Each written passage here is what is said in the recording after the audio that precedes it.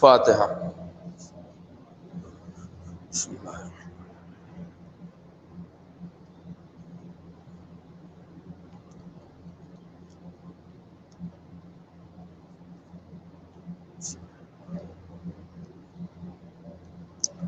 اعوذ باللہ من الشیطان الرجیم، بسم اللہ الرحمن الرحیم۔ الحمد للہ رب العالمین، والصلاة والسلام علی اشرف الانبیاء والمرسلین، خاتم النبیین مولانا و مولا الثقلین جد الحسن والحسین ابی القاسم محمد اللہم صل وآلہ الطیبین الطاہرین المعصومین المظلومین ولعنۃ اللہ علی اعدائہم اجمعین، اما بعد فقد قال اللہ تبارک و تعالی بسم اللہ الرحمن الرحیم والذی ارسل رسولہ بالہدی ودین الحق لیظہرہ علی الدین کلہ ولو کرہ المشرکون۔ التماس ہے ایک مرتبہ سورہ حمد اور 3 مرتبہ سورہ توحید کی تلاوت فرما کر مرحومہ و مغفورہ سجاد فاطمہ بنت ابرار حسین کی روح کو ایصال کر۔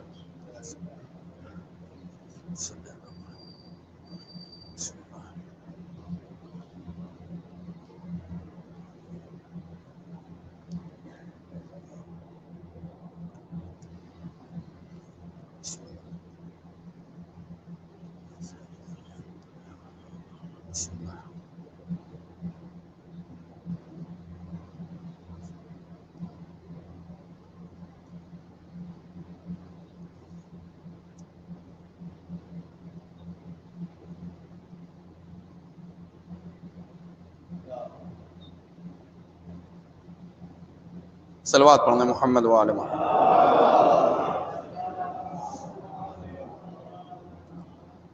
مومنین کرام سلام علیکم۔ اپنے بزرگان کی حاضری میں لب کشائی کی جسارت کر رہا ہوں، پروردگار انہیں سلامت رکھے اور آپ سب کو سلامت رکھے۔ انسانی سماج کو،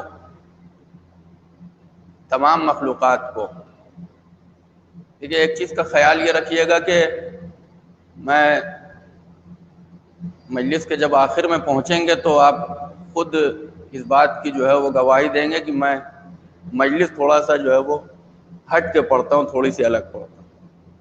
اور اس سلسلے میں ایک صلوات پڑھ لیں محمد و آل محمد۔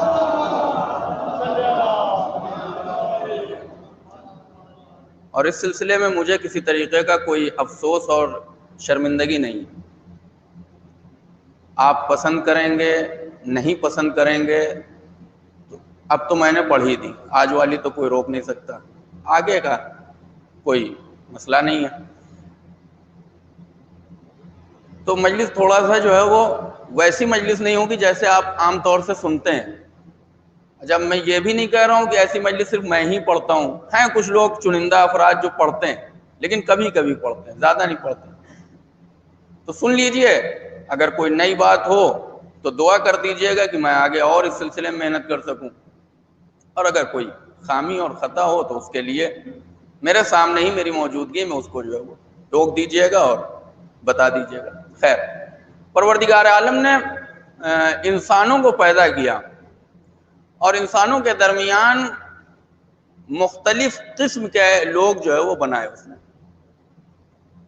چہرے کے اعتبار سے مختلف ہیں، لینگویج اور زبان کے اعتبار سے مختلف ہیں، رہنے کھانے اور پینے کے اعتبار سے مختلف ہیں، رنگ اور نسل کے اعتبار سے مختلف ہیں۔ یہ سارے اختلافات آپ کو پتہ ہیں۔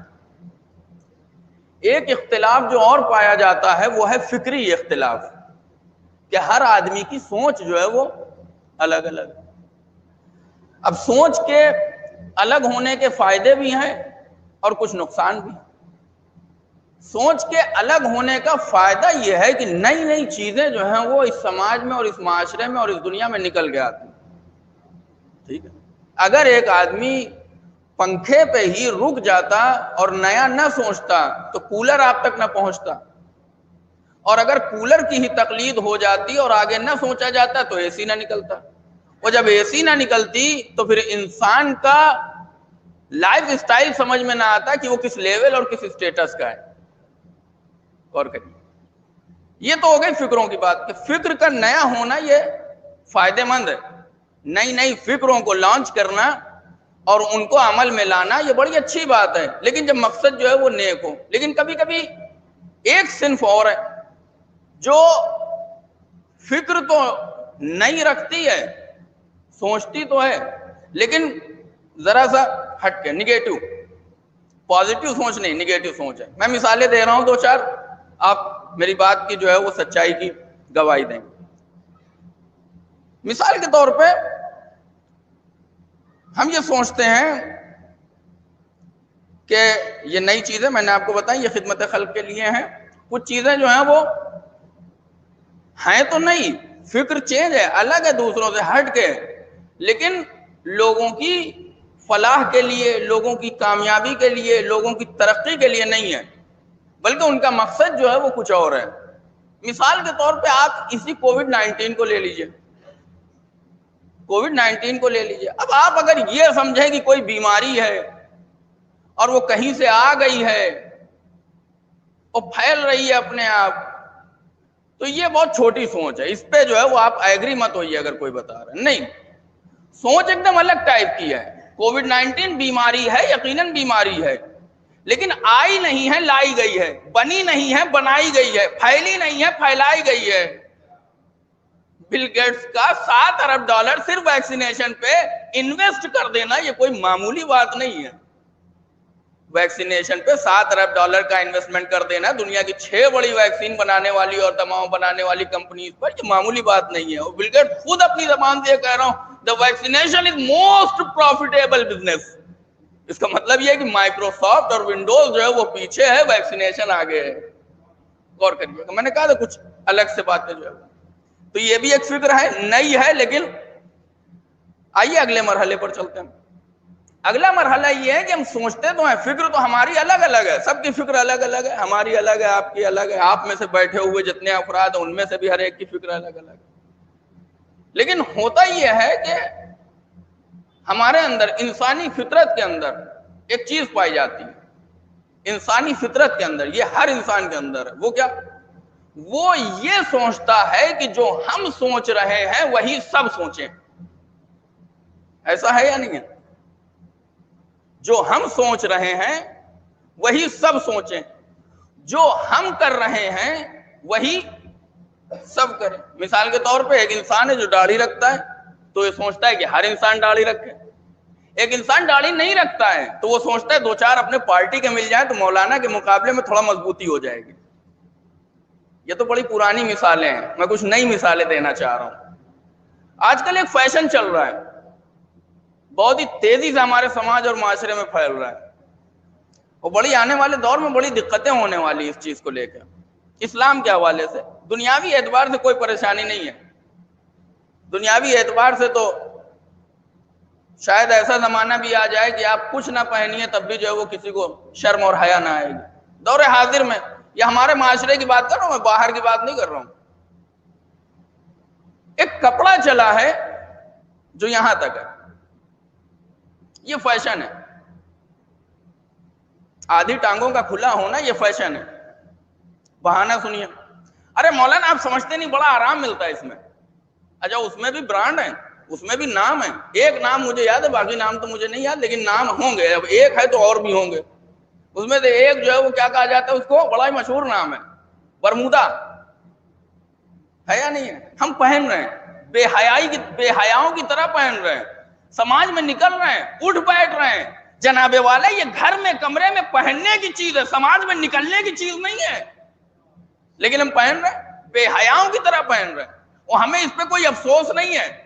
افسوس نہیں ہے اس چیز پہ کہ ہم کوئی غلط کام کر رہے ہیں. افسوس کیوں نہیں ہے؟ اس لیے کہ ایک برائی چیز کی برائی جب ختم ہو جائے ہماری نگاہوں میں، اسی کو جاہلیت کہتے ہیں.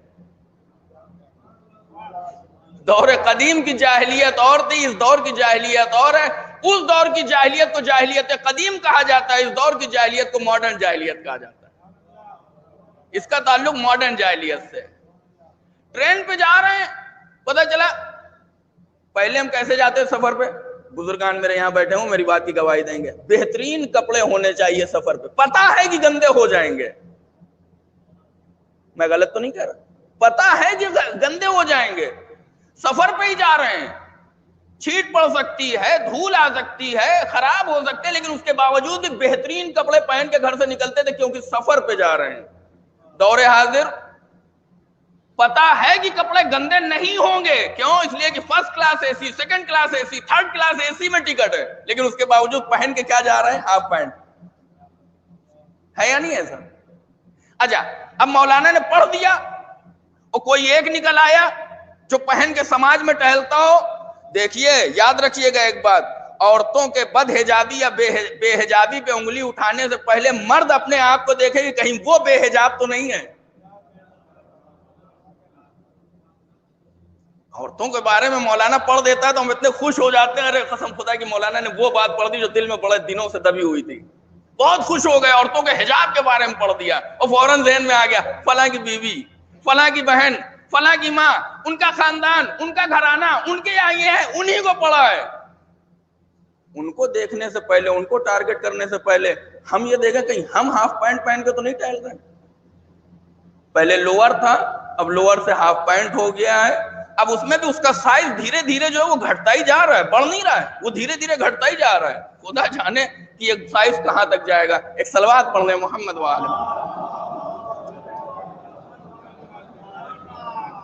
تو اس سائز کو گھٹانا نہیں ہے، اس کو بڑھانا ہے. اچھا یہ کیوں ہو رہا ہے یہ بھی میں بتاؤں گا آپ کی خدمت میں کہ کیوں ہو رہا ہے، غور کریے.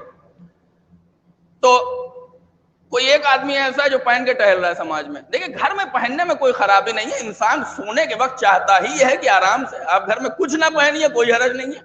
لیکن جب مسلم سماج ہو، اسلامی معاشرہ ہو، جہاں لوگ آ جا رہے ہوں، خاص طور سے خواتین کا ادھر سے ادھر گزر ہوتا ہے، ایسی جگہوں پہ سینڈو بنیائن اور وہ آدھی پینٹ پہن کے بیٹھنا جو ہے وہ مناسب نہیں ہے، زیب نہیں دیتا ہے. آپ عورتوں کے حجاب کے بارے میں تو چاہ رہے ہیں کہ ایسا ہو، کبھی کبھی تو ایک دم ہی مبالغہ ہو جاتا ہے. ہم عورتوں کے بارے میں چاہتے ہیں عورتیں جن بن کے جائیں، دکھائی نہ دیں کسی کو، ایسی ہو جائیں کہ کسی کو دکھائی نہ دیں. عورتوں کے بارے میں اتنا خیال ہے. مردوں کے بارے میں وہ بیٹھے ہم بیٹھے ساتھ میں خوب جم رہی ہے. اچھا اس میں بھی جو ہے وہ برانڈ کی دنیا ایسی ہے کہ جس میں ہم پھنستے چلے جا رہے ہیں. گاؤں والا کچھ دے دے، ایک دم خالص دے دے، پیور دے دے تو لینے کے لیے تیار نہیں ہے. لیکن وہیں کہیں اڈانی ویلمار کا جو ہے وہ برانڈ ہو، فیوچر کا برانڈ ہو، فارچون کا برانڈ ہو، فیوچر گروپ کا برانڈ ہو، ریلائنس کا برانڈ ہو. ایک دقت اور ہے، جانتے ہیں کیا دقت یہ ہے؟ چلیے اس کو میں آگے ذکر کروں گا. ایک صلوات پڑھ لیں محمد وآلہ محمد. یہ دقت ہے. کسی مولانا نے پڑھا، کوئی ایک تھا تو پڑھا، مولانا نے ہم کو پڑھ دیا. اب وہ ڈھونڈ رہا ہے، اس کی جاسوسی بھری نگاہیں جو ہیں وہ تجسس کی نگاہوں سے ڈھونڈ رہا ہے، یار کوئی ایک تو مل جائے جو ہمارے ساتھ کھڑا ہو سکے. پتہ چلا دھیرے دھیرے معاشرہ جب آگے بڑھا، وقت آگے بڑھا، زمانہ گزرا تو پتہ چلا پہلے ایک آدمی دکھتا تھا، آج کل انہی کی دیکھا دیکھی دو چار اور مل گئے، اب خوش ہیں. مولانا نے ہم کو نہیں پڑھا، اگر ہم کو پڑھا تو یہ چار بھی شامل ہیں. ہم یہ چاہتے ہیں کہ جو ہم سوچ رہے ہیں وہ دوسروں پہ بھی. یہ میں نے اپنے سماج اور اپنے معاشرے کی مثال دی ہے، لیکن ہو کچھ اس سے بڑا رہا ہے اس دنیا میں. میرے جوانوں سے گزارش ہے کہ خاص طور سے میری بات کو دھیان سے سنیں. مجھے داد نہیں چاہیے، مجھے واہ نہیں چاہیے، مجھے صرف دھیان چاہیے، توجہ چاہیے، تاکہ جن باتوں کو میں پہنچانا چاہتا ہوں وہ آسانی سے آپ تک پہنچ جائے.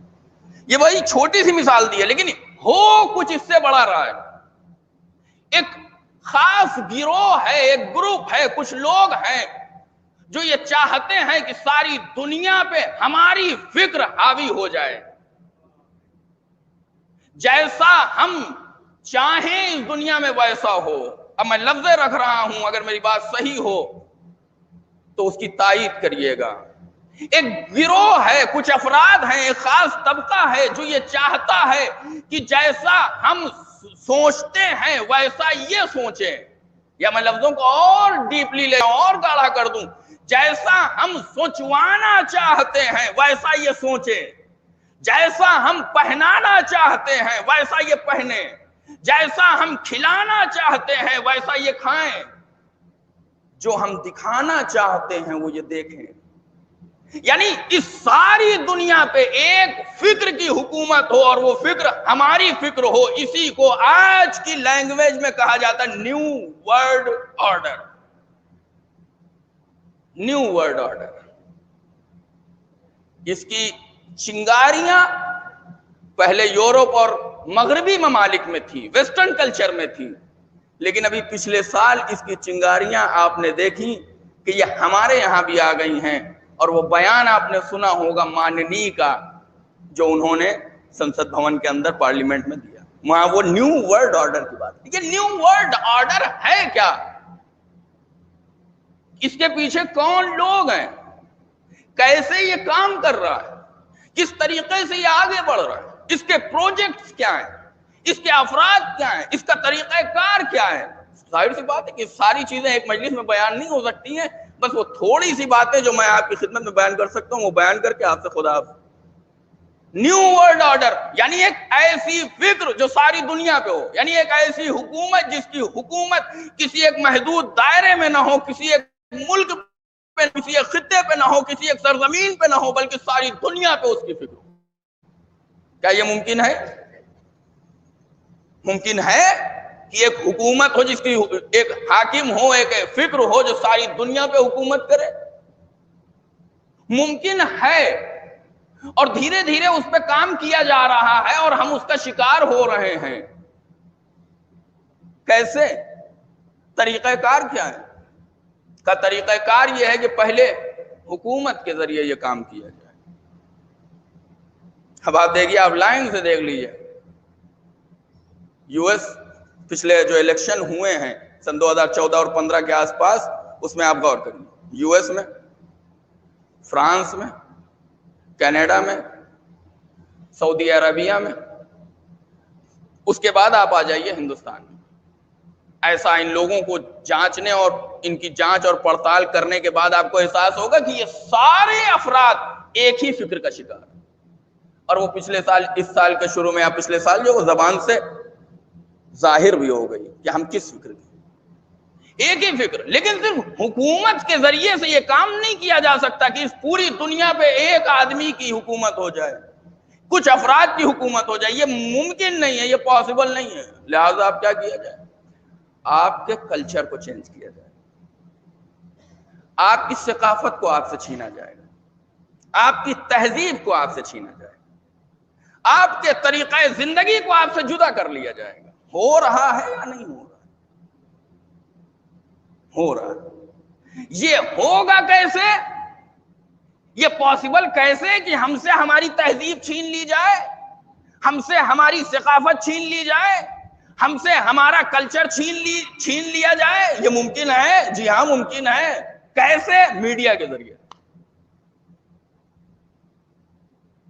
میڈیا کے ذریعے. سب پریشان ہیں، حالانکہ ہم کم پریشان ہیں، کچھ بہت زیادہ پریشان ہیں. اور میں بتاؤں گا کہ ہم کیوں کم پریشان ہیں. یہاں پہ اکثر و بیشتر افراد ایسے ہوں گے جو گھر کی خواتین سے بہت پریشان ہوں گے. کبھی سوچنے اور جاننے کی ضرورت محسوس کی کہ آپ خواتین سے کیوں پریشان ہیں؟ کہا ارے ان کے رہن سہن کا طریقہ، ان کی خواہشیں، ان کی تمنائیں، ان کے خرچے پورے ہی نہیں ہوتے، پریشان ہیں. لڑائی جھگڑے الگ، ساس اور بہو میں نہیں پڑ رہی، تو کبھی نند اور بہو میں جو ہے وہ جھگڑا ہو رہا ہے. کبھی ان سے جو ہے وہ ان کو سمجھائیے تو وہ ناراض، ان کو سمجھائیے تو وہ ناراض. کریں تو کیا کریں؟ ہم نے کہا کچھ نہیں، گھر میں سیریل دیکھنا بند کریے. میڈیا ہے یا نہیں ایسا؟ اس لیے کہ 2-2 4-4 گھنٹے اگر گھر کی عورت ٹی وی کے سامنے بیٹھ کے سیریل دیکھتی رہے گی تو آپ یہ مت سوچیے کہ اس کا اثر نہیں ہوتا، اس کا بڑا اثر ہوتا ہے. میں آپ کی خدمت میں مثالیں پیش کر رہا ہوں. بڑا اثر ہوتا ہے. بچوں میں کتنا اثر ہوتا ہے, عورتوں میں کتنا اثر ہوتا ہے. اگر آپ کو جاننا ہے تو اس طریقے سے سمجھیے کہ ایک بچہ جو لڈو نہیں کھا رہا ہے, کسی طریقے سے کھانے کے لیے تیار نہیں ہے, بس اس کو ایک اشارہ کریے یہ وہی لڈو ہے جو کارٹون میں چھوٹا بھیم کھاتا ہے. کھائے گا یا نہیں کھائے گا؟ بالکل کھائے گا. کیوں؟ اس لیے کہ اس کو چھوٹا بھیم کا کیریکٹر پسند ہے. وہ یہ سوچتا ہے کہ اس لڈو کے کھانے کے بعد میرے اندر بھی وہی چیزیں آ جائیں گی جو چھوٹا بھیم کے اندر. یہی اثر عورتوں پہ, یہی اثر بچوں پہ, یہی اثر عورتوں پہ. وہ یہ سوچتی ہیں کہ وہ چیزیں جو سیریل میں دکھائی جا رہی ہیں وہ شان و شوکت ہمیں مل جائے. حالانکہ ان کو سوچنا چاہیے کہ جس طریقے کے کپڑے پہن کے عورتیں کچن میں کام کر رہی ہیں, ہمارے سماج اور معاشرے میں ایسا نہیں ہوتا ہے یا نہیں ایسا.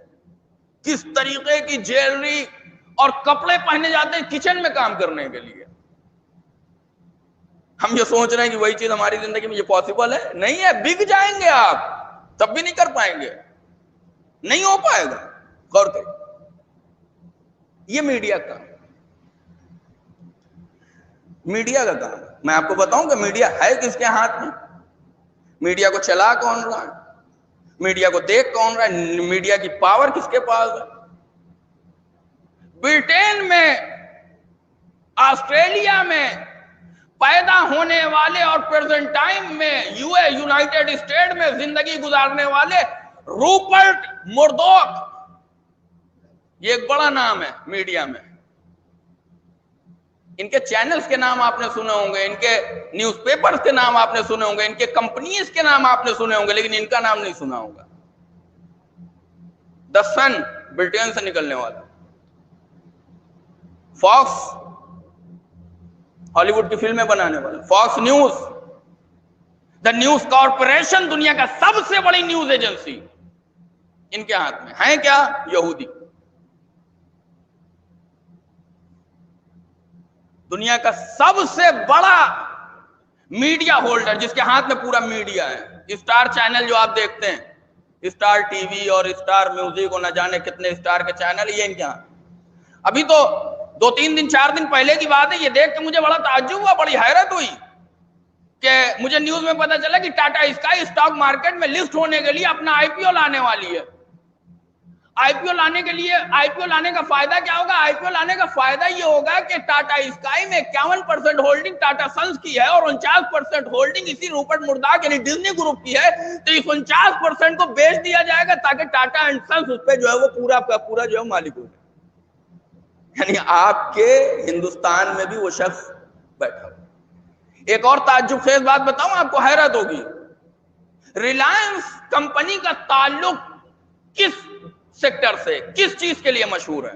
دیکھیں میں نے پہلے ہی کہہ دیا تھا میں الگ ہٹ کے پڑھوں گا, اور مجھے اس بات کا کوئی افسوس نہیں ہے کہ آپ داد دیں گے یا نہیں دیں گے, سنیں گے نہیں سنیں گے, بعد میں برائی کریں گے نہیں کریں گے, اس کا کوئی افسوس نہیں ہے. میں اپنے میٹر کو چینج نہیں کر سکتا.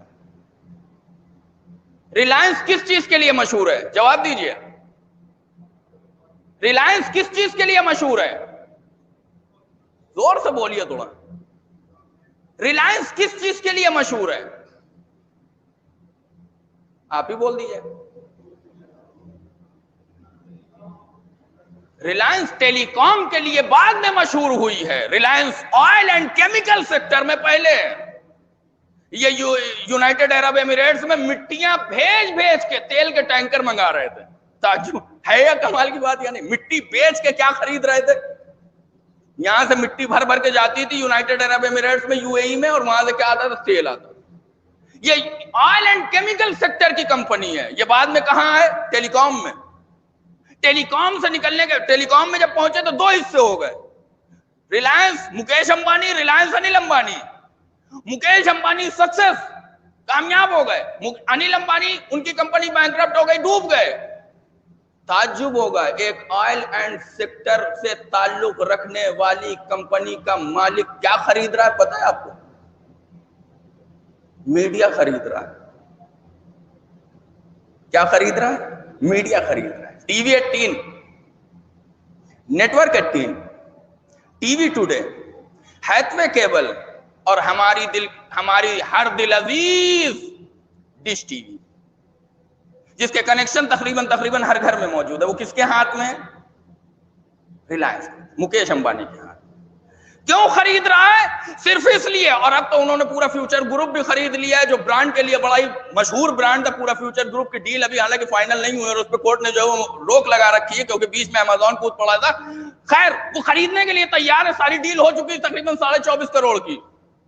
لیکن سوال یہ کہ کیوں ریلائنس ایک آئل سیکٹر سے تعلق رکھنے والی کمپنی میڈیا میں کیوں آ رہی ہے، فیوچر ریٹیل میں کیوں آ رہی ہے؟ صرف اس لیے آ رہی ہے تاکہ جو ہم دکھانا چاہتے ہیں وہ دیکھو، جو ہم سنانا چاہتے ہیں وہ سنو، جو ہم پہنانا چاہتے ہیں وہ پہنو، جو ہم کھلانا چاہتے ہیں وہ کھاؤ۔ ایک صلوات پڑھ لیں محمد وآل۔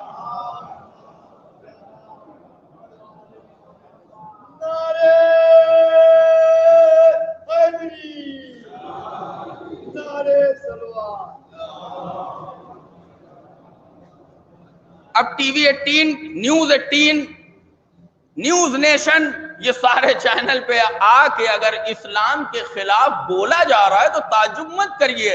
یہ نیوز نیشن نہیں بول رہا ہے، مکیش امبانی بول رہے ہیں۔ یہ نیوز ٹی وی 18 نہیں بول رہا ہے، ریلائنس گروپ بول رہا ہے۔ تعجب نہیں کرنا چاہیے، اس لیے کہ سارا سب کچھ ان کے ہاتھ میں، جو اب ہمیں دکھایا جا رہا ہے۔ میں نے بات کہاں سے شروع کی تھی؟ ہاف پینٹ سے شروع کی تھی۔ اب اسی ٹی وی پر ریلائنس کے ذریعے ان کے چینلوں پر یہ دکھایا جائے گا کہ یہ ہاف پینٹ پہن کے سفر کرنا یہ اسٹیٹس کی نشانی ہے۔ یہ شہ کے عزادار کو یہ اسٹیٹس زیب نہیں دیتا، اسلام کے ماننے والے کو یہ اسٹیٹس زیب نہیں دیتا۔ یہ لائف اسٹائل دنیا پرستوں کے لیے ہو سکتی ہے، دینداروں کے لیے نہیں ہو سکتی۔ دکھائے گا کون؟ وہ دکھائیں گے۔ یہ لائف اسٹائل ہے، یہ اسٹیٹس کو اوپر کرتی ہے، یہ انسان کو وی آئی پی بناتی ہے۔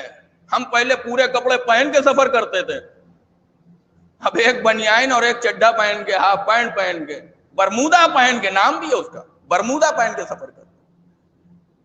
ایک مثال اور دوں، یہ مثال میں تقریباً ہر جگہ دیتا ہوں اور یہاں پہلی بار آیا ہوں اس لیے دے کے جا رہا ہوں۔ بزرگان تشریف فرما یہ میری بات کی صحت کی گواہی دیں گے۔ آپ یہ بتائیے، اور آپ حضرات یہ بتائیے کہ آپ کے زمانے میں یہ کرتا پیجامہ جو سادہ سادہ آپ پہنے ہوئے بیٹھے ہوئے ہیں، شادیوں میں، کسی فنکشن میں، کسی محفل میں، کسی مجلس میں جاتے وقت اگر اس میں ذرا سا کھونچا لگ جاتا تھا تو کیا کرتے تھے آپ؟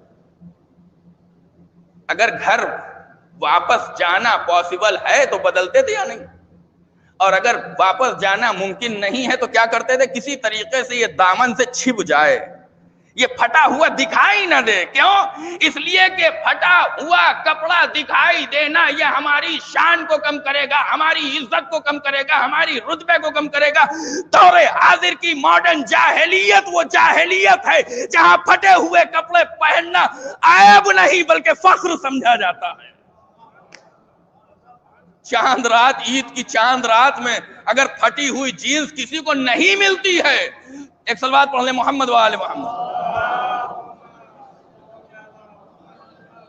اگر کسی کو نہیں ملتی ہے، ہر گھر کا یہی حال ہے، جن کے جوان بچے ہیں ان کے دل سے پوچھئے، انہیں یہ پتا ہے کہ باپ بول نہیں سکتا، نوبت یہ ہے، لیکن کیا کرے، بچہ کر رہا ہے، مجبور ہے، بول نہیں سکتا۔ شب عید چاند رات میں صحیح سالم جینس لائی جاتی ہے، اور جب یہ دیکھا جاتا ہے کہ پھٹی ہوئی جینسیں مارکیٹ سے غائب ہو چکی ہیں، بک چکی ہیں، تو کیا یہ جاتا ہے کہ ان کو پھاڑا جاتا ہے تاکہ ہم انہی جاہلیت میں گرفتار لوگوں کے برابر ہو سکیں۔ رسول آئے تھے جاہلیت سے نکالنے کے لیے، میڈیا نے ہمیں پھر واپس اسی جاہلیت میں ڈھکیل دیا۔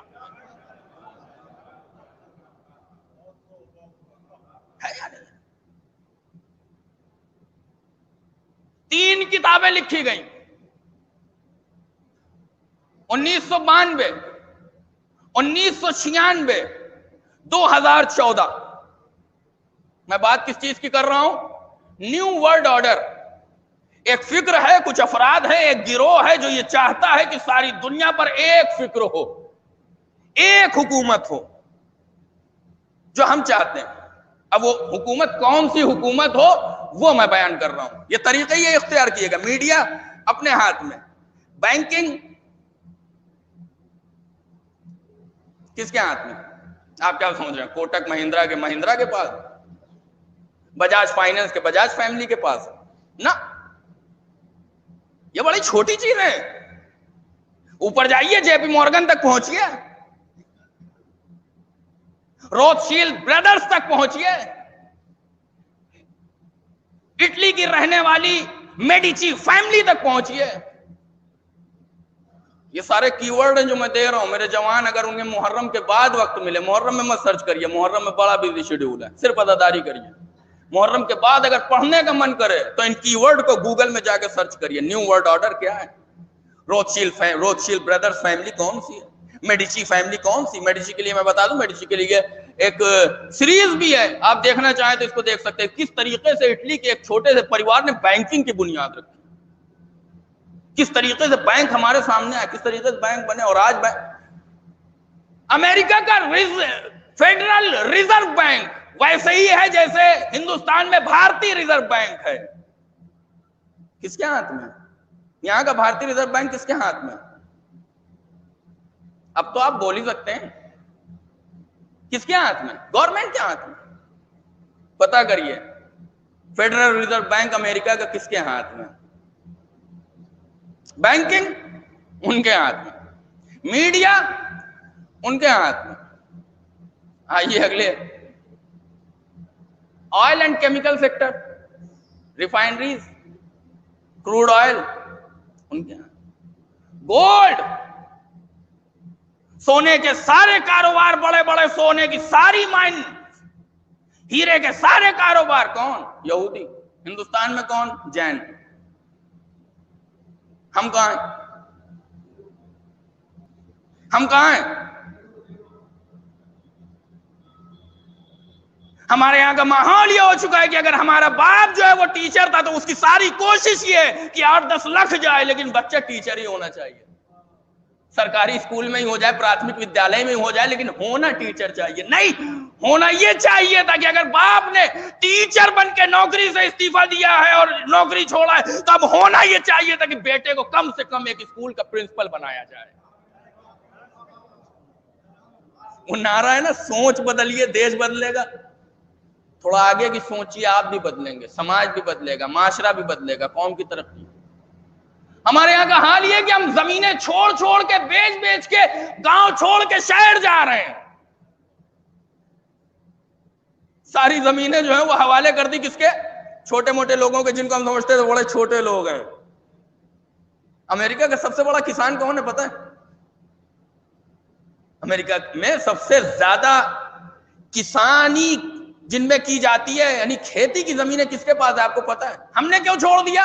وہ کسانی میں زیادہ فائدہ نہیں ہے, ہو ہی نہیں پاتا ہے, خرچہ اپنی جیب سے دینا پڑتا ہے. نہیں, آپ نے سوچا نہیں, کیونکہ آپ گیہوں اور چاول پر رک گئے,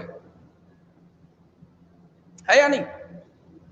گیہوں اور چاول پر رک گئے. بہت کچھ ہو سکتا تھا, ہم نے سوچا نہیں. ہم یہ سوچ رہے تھے کہ کھیتی کسانی جاہلوں کی چیز ہے. نیوز پیپر میں آئے دن نکلتا رہتا ہے, کوئی آئی ایس سے ریٹائر ہو کے کھیتی کر رہا ہے, کوئی آئی پی ایس کی نوکری چھوڑ کے کھیتی کر رہا ہے, کوئی کینیڈا سے ریٹرن ہو کے کھیتی کر رہا ہے, کوئی یو ایس سے واپس آ کے کھیتی کر رہا ہے. کیوں؟ امریکہ کا سب سے بڑا کسان کون ہے؟ سب سے بڑا وہ انسان جس کے پاس کھیتی کی سب سے زیادہ زمینیں کون ہے؟ میں بتاؤں گا تو آپ حیرت کریں گے. ہم نے چھوڑ دیا, آپ نے چھوڑ دیا, کسی اور نے لے لیا. 7-8 مہینے سے ایک آندولن چل رہا ہے. اب میں پوری توجہ چاہ رہا ہوں. 7-8 مہینے سے ہندوستان میں ایک آندولن چل رہا ہے. تقریباً اتنا ہی زمانہ ہوا نا, غلط تو نہیں کہنا؟ 7-8 مہینے. کیوں چل رہا ہے؟ بہت سے ایشوز ہیں, بہت سے ایشوز ہیں. قانون 3 ہے لیکن آدمی 2 ہیں. کاش میری بات پہنچ جائے, اور میں چاہوں گا یہ بات میری آخری مجمع تک پہنچے, اور اس کے ذریعے اگر یہ لائیو چل رہی ہے تو پورا ہندوستان تک میری یہ بات پہنچے. قانون 3 ہے لیکن پیچھے آدمی کتنے؟ یہ 2 بڑے خطرناک, یہ 2 بڑے خطرناک. میں کس کی بات کر رہا ہوں آپ سمجھ رہے ہیں؟ میں 2 کمپنیز کے مالک کی بات کر رہا ہوں. ابھی میں ان 2 گنڈوں کی بات نہیں کر رہا جو سیاست میں ہیں.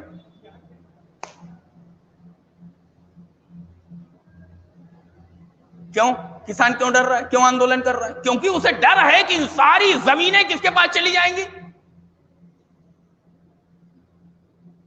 جب سے امبانی سوری جب سے اڈانی ویلمار کمپنی نے فارچیون سویا تیل مارکیٹ میں اتارا ہے، جائیے چارٹ دیکھیے اور ڈاٹا دیکھیے کتنے 100% سویابین کی قیمتیں پہنچ گئی.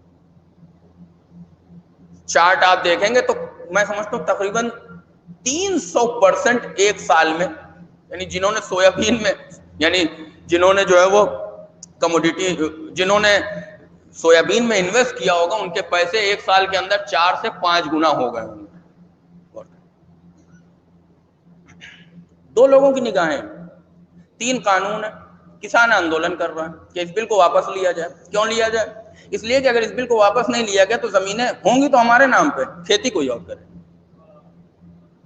ہوں گی ہمارے پاس، کہنے کو ہمارے پاس، لیکن کھیتی کون کرے گا؟ کوئی اور کرے گا. دیکھیں میں بات کر رہا ہوں نیو ورلڈ آرڈر کی، یعنی ایک ایسی حکومت جو ساری دنیا پر ہو، ایک ایسی سلطنت، ایک ایسا نظام، ایک ایسا سسٹم جو ساری دنیا پر ہو.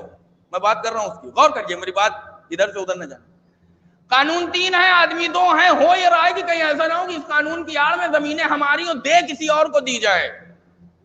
اتنی بڑی کمپنیوں کے مالک انہیں کیا پڑی ہے کہ آپ کی زمین میں کھیتی کریں گے؟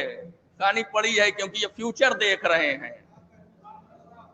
ہم نے نہیں دیکھا، ہمارے باپ داداؤں بزرگوں پرکھوں نے ہمیں زمینیں دی، ہم یہ سمجھے تو بیچنے کے لیے ملی ہے، بیچ کے مارکیٹ بنا بیچی ہم نے، مارکیٹ کوئی اور بنا رہا ہے یا نہیں؟ ایسا یہاں بھی ہوا ہوگا، ہمارے یہاں بھی ہے، ہر جگہ ایسا ہی. ہم چھوڑ کے چلے گئے اپنی زمینیں شہر. آج بڑی بڑی کمپنی وہ جو ٹاپ 3 میں جن کا شمار ہوتا ہے، وہ آپ کی زمینوں پہ نظریں گڑائے بیٹھے ہیں کہ کسی طریقے سے یہ زمینیں ہمارے پاس آ جائیں. اور کسان اس کے مقابلے میں، امریکہ کا سب سے بڑا وہ آدمی جس کے پاس سب سے زیادہ کھیتی کی زمینیں ہیں وہ ہے بل گیٹس. مائکروسافٹ ونڈوز بنانے والا، کمپیوٹر سے ریلیٹڈ ایک آدمی، اس کے پاس کھیتی کی سب سے زیادہ زمین ہے. کیوں؟ ہم نے چھوڑ دی. کیوں؟ اس نے پکڑ لی. کیوں؟ یہ 3 قانون کے مقابلے میں کسان 7 مہینوں سے 8 مہینوں سے لڑ رہا ہے، روڈ پہ ہے، نعرے لگا رہا ہے، سڑکیں جام کر رہا ہے، کبھی ٹریکٹر کی ریلی نکالی جا رہی ہے تو کبھی ہنگامہ ہو رہا ہے. آئیے آج میں ممبر سے بیٹھ کے کسانوں کو ایک مشورہ دے رہا ہوں، پسند آ جائے تو قبول کر لیجئے گا، لیکن نتیجہ ملے گا اگر قبول کر لیا. میں نے کہا اب حکومت کو، ان 2 لوگوں کو اپنے نعروں سے مت ڈرائیے. بند کریے ٹریکٹر کی ریلی، بند کریے یہ دھرنا پردرشن، بند کریے یہ مظاہرہ. صرف میڈیا پہ آئیے اور کہیے آ کے کہ ہمیں صرف اور صرف کرنا اتنا. میڈیا پہ آئیے اور کہیے کہ آج سے یہ پورا کسان اسلام قبول کرنے جا رہا ہے.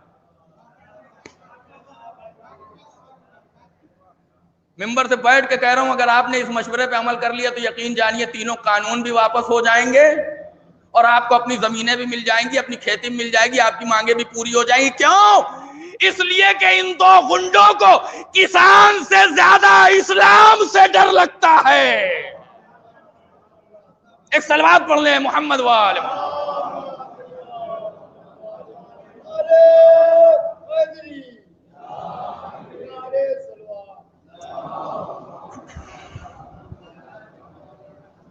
3 کتابیں لکھی گئی اسی نیو آرڈر سے ریلیٹڈ. 3 کتابیں سنیے گا. پہلی کتاب ہے فرانسس فوکویاما کی، end of history and the last man. پہلی کتاب. دوسری کتاب ہے سیموئل پی ہینٹنگٹن کی، clash of civilization and remaking of world order. دوسری کتاب. تیسری کتاب سن 2014 میں یا سن 2016 میں لکھی گئی، ورلڈ آرڈر کے نام سے. لکھنے والے کا نام ہے Henry Kissinger. Henry Kissinger foreign minister رہے ہیں یونائٹڈ اسٹیٹ کے 1972 کے سن میں. 1972 سے تقریباً انہوں نے 2 دورے جو ہے وہ یہ فارن منسٹر رہے. ٹھیک، یہ 3 کتابیں لکھی ہیں.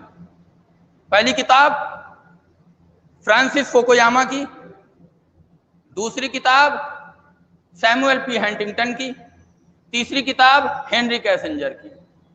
دیکھیں میں نے آیت کی تلاوت کی ہے تو میں آیت تک آؤں گا ضرور. آپ یہ مت سوچئے کہ میں آیت سے باہر جاؤں گا، میں آیت پہ آؤں گا انشاءاللہ. بس وہ نتیجہ ہوگا جہاں پہ میں آیت پہ آؤں گا. غور کریے، 3 کتابیں لکھی گئیں سن 1992، 1996، سن 2014. پہلی کتاب Francis Fukuyama, end of history, یعنی تاریخ کا آخری مرحلہ، آخر تاریخ، end of history, and the last man, اور وہ آخری آدمی. سیموئل پی ہنٹنگٹن کی کتاب جو سن 1996 میں چھپی یونائٹڈ اسٹیٹ میں، اس کا نام تھا clash of civilization and remaking of world order. اس کا کیا مطلب ہے؟ کلیش آف سیویلائزیشن یعنی کلچرل وار، سیویلائزیشن وار یعنی 2 ثقافتوں کا آپس میں لڑنا، 2 تہذیبوں کا آپس میں لڑنا، 2 فکروں کا آپس میں لڑنا. آخری کتاب 2014 world order, Henry Kissinger. Henry Kissinger وہ آدمی ہیں جس کے 2 جملے بڑے مشہور ہیں. پہلا جملہ ہے کہ control the food, you can control the people.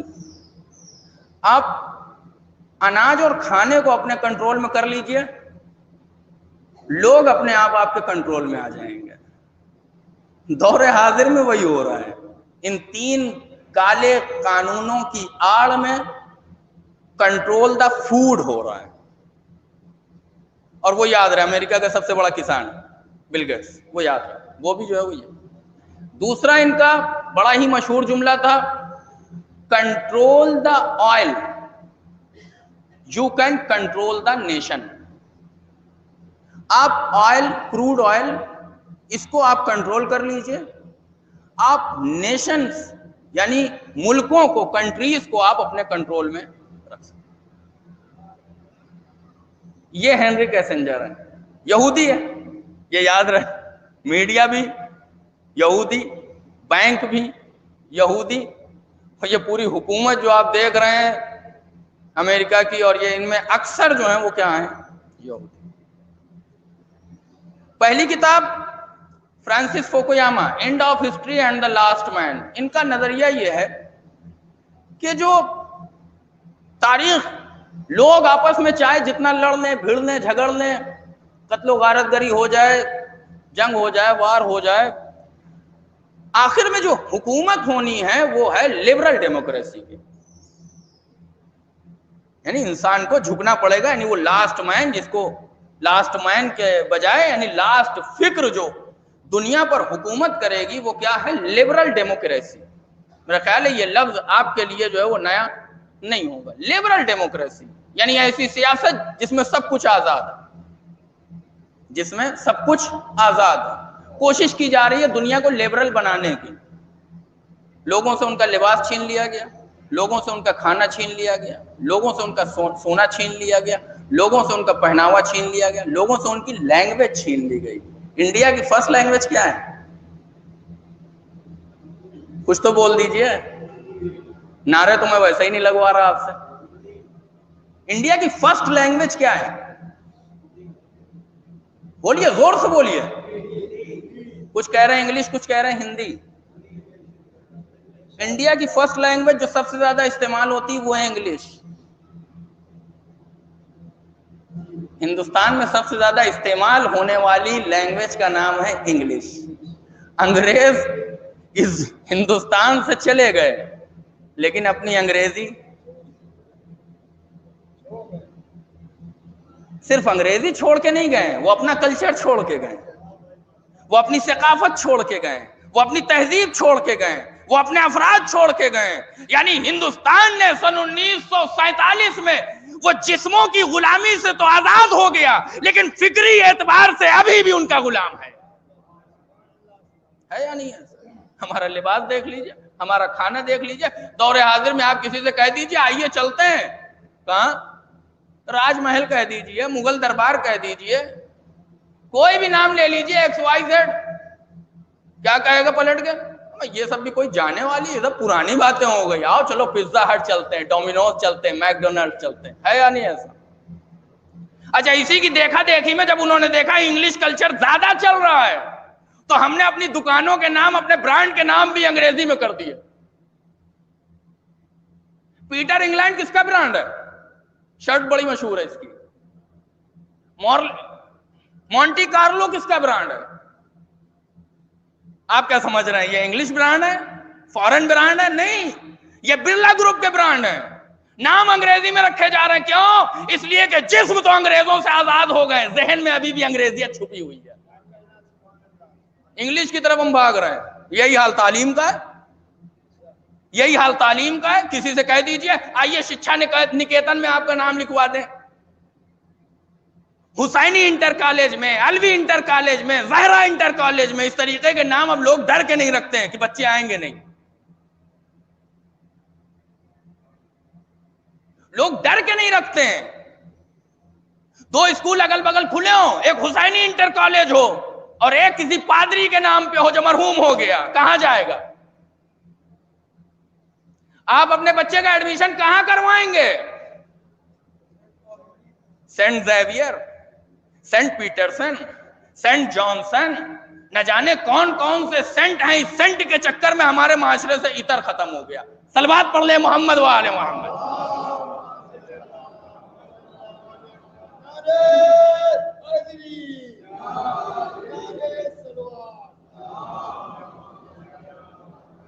اب یہ بات میں پڑھے لکھے معاشرے کے لیے کر رہا ہوں جو اپنے آپ کو بڑا ہائی فائی سمجھتے ہیں۔ ایسے اسکولوں میں بھیج تو دیا، کس لیے؟ تعلیم ملے گی، تعلیم لے کے گئے، لینے گیا تھا بچہ، لیکن دے کے کیا آیا؟ اپنی ثقافت بھول آیا، اپنی تہذیب بھول آیا، اپنا کلچر بھول آیا، اپنا فرہنگ بھول آیا۔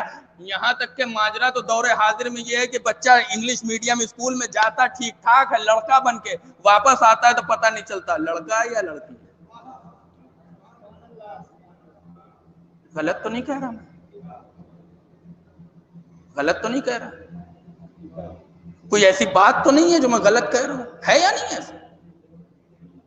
بھیج دیا انگلش میڈیم اسکول میں پڑھنے کے لیے، کیوں؟ اس لیے کہ Husaini inter college, Alvi inter college, Zainab inter college, Zahra inter college کی تعلیم جو ہے وہ اچھی نہیں ہے، بجائے اس کے کہ سینٹ پیٹرسن، سینٹ میری اور سینٹ زیویئر میں پڑھنے والے بچے کو پڑھانے کے بعد ہونا یہ چاہیے تھا Zainab inter college, Zahra inter college میں آ کے اس نظام تعلیم کو صحیح کرتا، دوبارہ پھر سے نوکری کی صورت میں انگریزوں کی غلامی کے لیے آگے بڑھ گیا۔ نہیں ہونا چاہیے تھا ایسا کہ وہاں سے اگر لے کے آئے ہو تو اب ان کو صحیح کرو، ورنہ تمہاری تعلیم کا فائدہ کیا ہے؟ جو معاشرے کے کام نہ آئے، جو سماج کے کام نہ آئے، جو دین کے کام نہ آئے۔ ایک مولوی ہی ہے جس پہ سارا بوجھ ہے۔ صلوات پڑھنے محمد والے۔ اور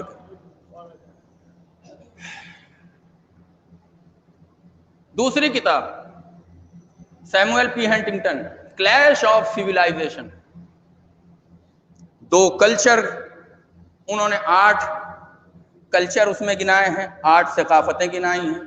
چین ہے، جاپان ہے، امریکہ ہے، اسلامی کلچر ہے، افریقن کلچر ہے، ہندوستانی کلچر ہے۔ 8 کلچر گنائے، 8 فرہنگ گنائے، اور گنانے کے بعد کہتے ہیں کہ فیوچر میں جو جنگ ہونے والی ہے، جو وار ہونے والا ہے، وہ ملکوں کا وار نہیں ہے، جو کانفلکٹ ہے وہ ملکوں کا نہیں ہے، بارڈرز کا نہیں ہے، زمینوں کا نہیں ہے، پھر فکروں کا۔ اور کر رہے ہیں سیموئل پی ہنٹنگٹن کیا کہہ رہے ہیں؟ کلیش آف سیولائزیشن کس کا وار ہے؟ کانفلکٹ کس میں ہوگا؟ زمینوں میں نہیں ہوگا، ملکوں میں نہیں ہوگا، بارڈرز میں نہیں ہوگا، پھر فکروں کا وار۔ کلچر کی جنگ ہے، ثقافت کی جنگ ہے، تہذیب کی جنگ ہے۔ یعنی آپ یہ جو دیکھ رہے ہیں ہندوستان اور پاکستان لڑ رہے ہیں، یہ زمینوں کی جنگ نہیں ہے، بارڈرز کی جنگ نہیں ہے، 2 فکروں اور 2 کلچر کی جنگ ہے۔ یہ جو آپ دیکھ رہے ہیں سیریا اور عراق میں اور افغانستان میں، یہ جو ایران اور امریکہ آمنے سامنے ہے، یہ زمینوں کی جنگ نہیں ہے، 2 کلچر کی جنگ ہے۔ اور وہ کلچر کون ہے؟ ایک طرف یزیدی کلچر ہے، ایک طرف حسینی کلچر ہے۔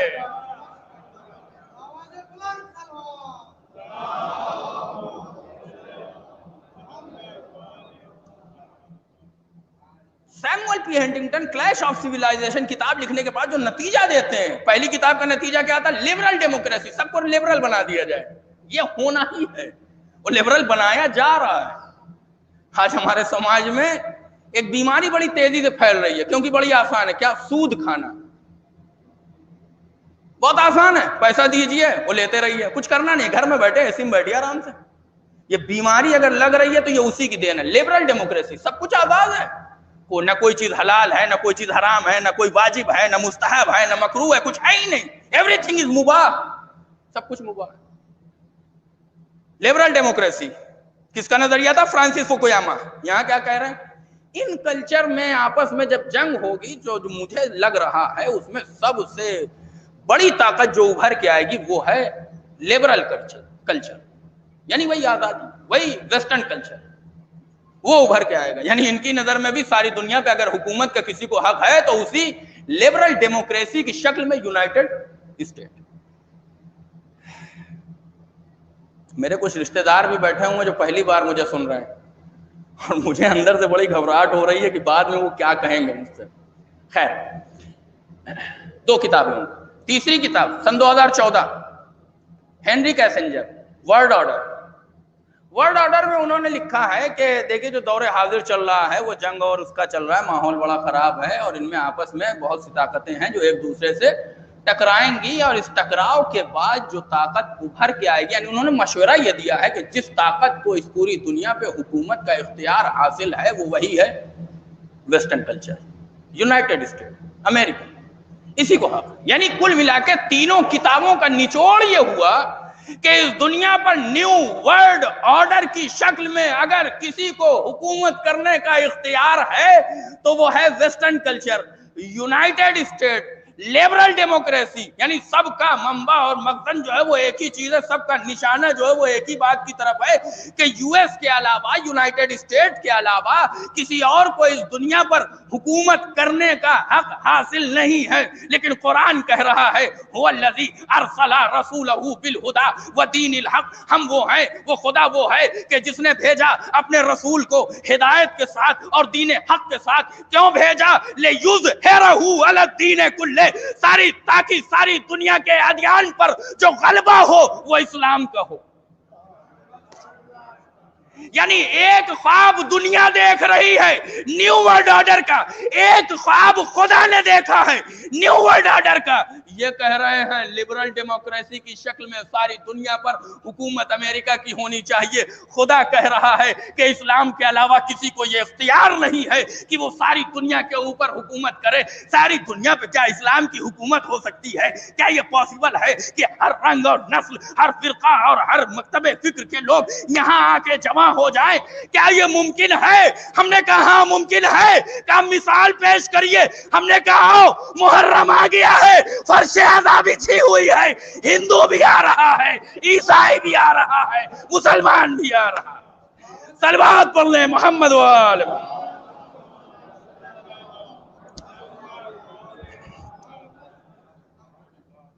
ہے اسلام کے پاس. اب میں بس آخر کلام میں چاہتا ہوں کہ 6 مصرے پڑھوں علامہ اقبال کے. ایک طریقہ 250 سال برٹش امپائر ہندوستان میں، 250 سال 250 سال ہی ہے نا. ٹیچرز مجھے بتائیں گے جو لوگ، اس لیے کہ میں زیادہ پڑھا لکھا نہیں ہوں، میں نے دنیاوی تعلیم بہت ہی کم حاصل کی. 250 سال تقریباً.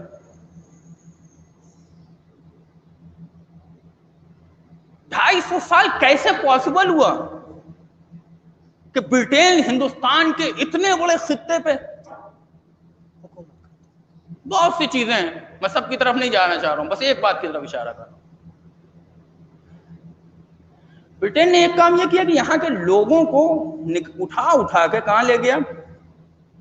اپنے یہاں. کس نام پہ؟ تعلیم کے نام. کہاں؟ Oxford university. یہاں سے لوگوں کو اٹھایا، بڑا آسان ہے، آؤ چلو ہمارے یہاں پڑھو. مقصد پڑھانا نہیں تھا، مقصد اپنے فرہنگ، اپنے کلچر میں ڈھالنا تھا. تم ڈھل جاؤ گے تو باقیوں کو ڈھالنا بڑا آسان ہے.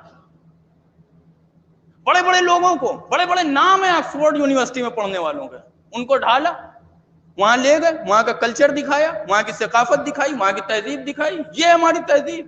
اب وہ واپس جب آئے، بھائی یہ تہذیب تو اچھی ہے، اس میں برائی کیا ہے، ہمیں یہ مل رہا ہے، ہمیں وہ مل رہا ہے، ہمیں ایسی آزادی، ہمیں ویسی آزادی۔ اب وہ کوئی مخالفت نہیں کر رہے ہیں سوائے چند افراد۔ انہی میں دو نام ہیں ایسے مسلمانوں میں جن کو برٹش امپائر آکسفورڈ لے گیا، یعنی یہ گئے وہاں پڑھنے کے لیے۔ ایک نام ہے سر سید احمد خان کا، ایک نام ہے علامہ اقبال کا۔ ان دو لوگوں نے باہر پڑھائی کی، لیکن اور دونوں نے مسلمانوں کے لیے بڑا کام کیا، ملک کے لیے بڑا کام کیا۔ سر سید احمد خان کے خدمات کو دیکھنا ہو تو علی گڑھ مسلم یونیورسٹی کی شکل میں ایک عظیم عمارت ابھی بھی موجود ہے۔ یہ الگ بات ہے کہ اب ہم نے وہاں جانا بند کر دیا ہے، اور یاد رکھیے گا جب ہم نہیں جائیں گے تو کوئی نہ کوئی، پھر مت روئیے گا کہ فلاں یہ بن گئے، فلاں وہ بن گئے، فلاں وہ بن گئے۔ جب ہم نہیں جائیں گے تو کوئی نہ کوئی آئے گا، وہ خالی تھوڑی رہے گا۔ نہ جانے ہماری کتنی مسجدوں پہ ایسے ہی قبضہ ہو گیا کیونکہ ہم وہاں نماز نہیں پڑھتے تھے، اب دوسرا آ گیا تو اب پریشان ہے۔ کیوں پریشان ہے؟ آپ کیوں نہیں گئے؟ آپ نے کیوں چھوڑی؟ ویسے ہی اس علی گڑھ مسلم یونیورسٹی کا بھی حال ہو جائے، جگہ خالی ہے، لوگ جا نہیں رہے، مسلم یونیورسٹی ہے۔ حالانکہ یہ کوئی پہلی مثال نہیں ہے، ہم نے الہ آباد میں بھی دیکھا ہے، اپنے شہر میں بھی دیکھا ہے، اور مختلف خطوں میں دیکھا ہے جہاں انٹر کالج کے آگے مسلم کا لفظ لکھا ہوا ہے وہاں مسلمان جانا پسند ہی نہیں کرتا۔ خیر، یہ دو لوگ گئے، سر سید احمد خان بھی اور علامہ اقبال۔ علامہ اقبال کا بھی پتا ہے آپ نے کہ انہوں نے کیا کیا کام کیے ہیں، ان کی تقریریں، ان کے اشعار، کس طریقے سے انہوں نے مسلم سماج کو ابھارا ہے، اور سر سید احمد خان کی بڑی خدمت جو ہے وہ موجود ہے۔ لیکن دونوں میں ایک بنیادی فرق تھا، اور وہ فرق یہ تھا کہ سر سید احمد خان کا نظریہ یہ تھا کہ جس کلچر میں، جس تعلیمی سسٹم میں ہم پڑھ کے آئے ہیں، اگر انگریزوں کو مات دینی ہے تو اسی سسٹم کو اپناؤ اور اسی سسٹم سے ان کو مات دی جائے۔ یہ سر سید احمد خان، اور اسی لیے انہوں نے ایسی عظیم یونیورسٹی کی بنیاد جس میں سب کچھ ہے مسلم یونیورسٹی، لیکن پڑھایا سب کچھ وہی جا رہا ہے جو وہاں سے آ رہا ہے۔ اور یہ تقریباً ہر کالج کا سسٹم ہے کہ پڑھایا وہی جا رہا ہے جو باہر سے آ رہا ہے، ہمارا اس میں جو ہے وہ کچھ نہیں۔ علامہ اقبال، سر سید احمد خان کا نظریہ سن لیا آپ نے، ان کا کہنا تھا کہ دشمن کو دشمن کے طریقے سے، ان کا طریقہ اپنا کے ہرایا جائے، ان کا تعلیمی نظام اپنایا جائے، ان کے سسٹم کو اپنایا جائے، اور اس طریقے سے ان کو شکست دی جائے اور مات دی جائے۔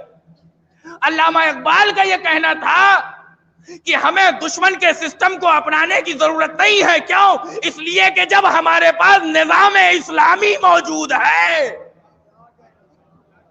تو پھر ہمیں کسی نظام کی ضرورت نہیں ہے، وقت نہیں ہے، ورنہ میں 6 مصروں کی تفسیر پیش کرتا، صرف 6 مصرے علامہ اقبال کے سن لیجیے،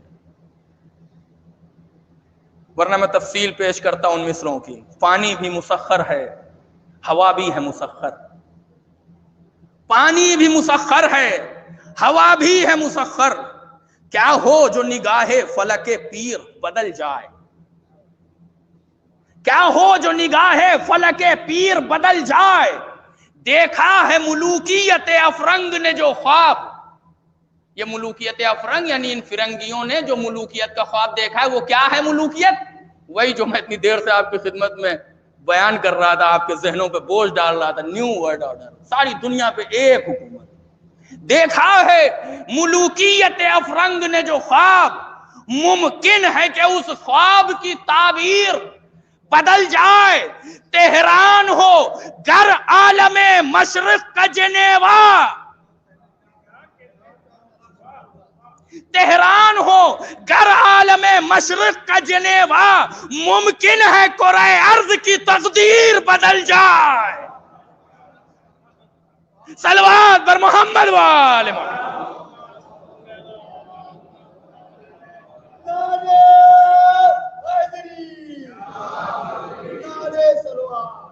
نہیں پتا عالم مشرق کا جنیوا اگر تہران یعنی ایران کو بنا دیا جائے تو پھر صرف عالم مشرق کی نہیں، مسلم ممالک کی نہیں، مشرق ممالک کی نہیں، کرۂ ارض، پوری زمین کی تقدیر بدل سکتی ہے۔ علامہ اقبال نہ جانے اپنے مرتے وقت کون سا خواب دیکھ رہے تھے، کیا دیکھ رہے تھے ایران میں، کیا دیکھ رہے تھے تہران میں، ایسی کون سی چیز تھی۔ مجھے تو لگتا ہے کہ جو تہران کو جنیوا بنانے کا خواب علامہ اقبال دیکھ رہے تھے، وہ شاید اس لیے تھا کہ انہیں پتا تھا کہ اسی تہران سے ایک دن حسینیت کے شکل میں خمینیت ابھر کے آئے گی اور ساری دنیا کو بتائے گی کہ دنیا پر کسی اور کی نہیں، صرف اسلام کی حکومت ہونی چاہیے۔ صلوات پڑھ لیں محمد وار۔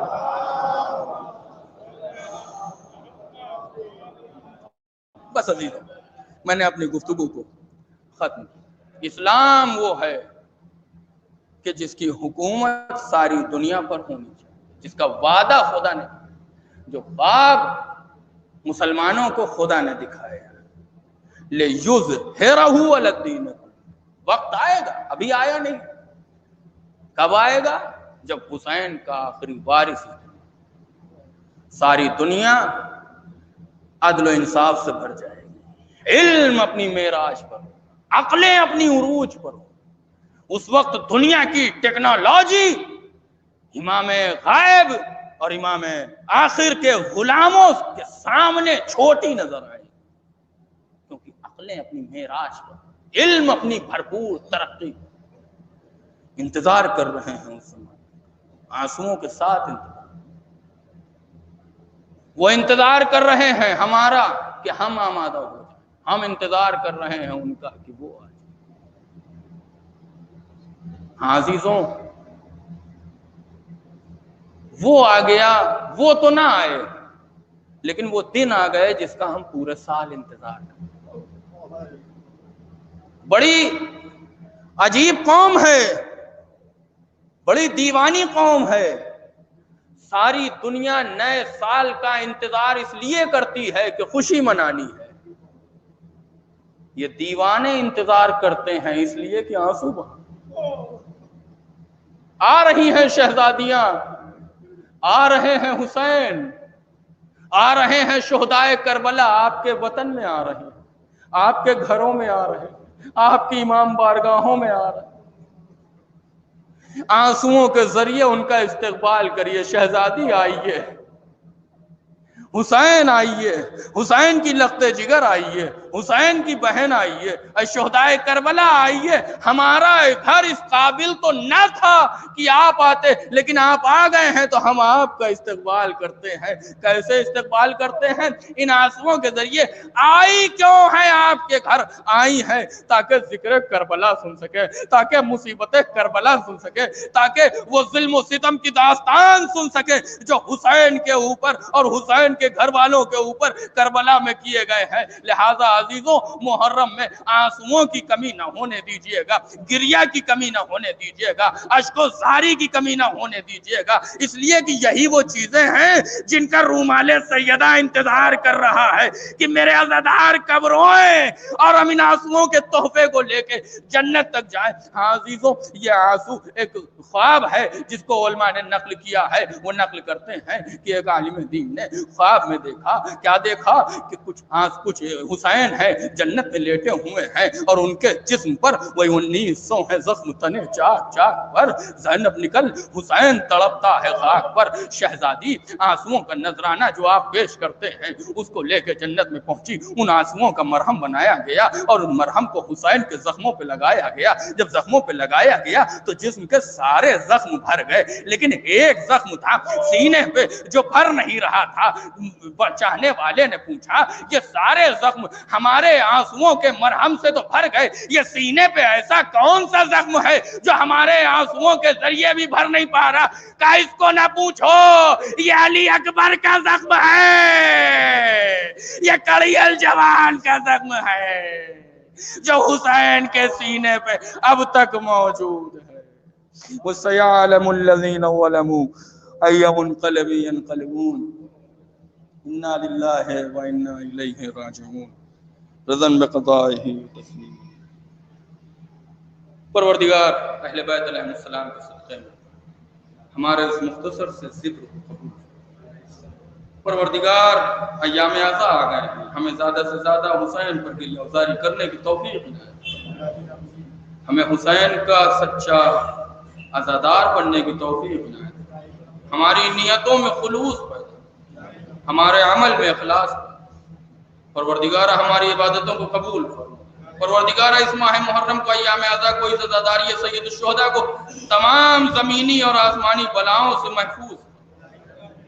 پروردگار اہل بیت علیہ السلام کے صدقے میں اہل بیت کے چاہنے والے جہاں کہیں بھی ان کی جان مال عزت و آبرو کی حفاظت۔ پروردگار مرحومہ کے درجات کو بلند فرما، ان کی مغفرت فرما، ان کو جوار معصومین میں جگہ عنایت فرما، ان کے پسماندگان کو صبر جمیل عنایت فرما، ہمارے آخری امام کے ظہور میں تعجیل فرما، ہم سب کو ان کے امان و انصار میں شمار فرما۔ جماعت سے ایک مرتبہ سورہ حمد، ایک مرتبہ سورہ توحید کی تلاوت فرما۔ مرحومہ و مغفورہ سجاد فاطمہ بنت ابرار حسین کی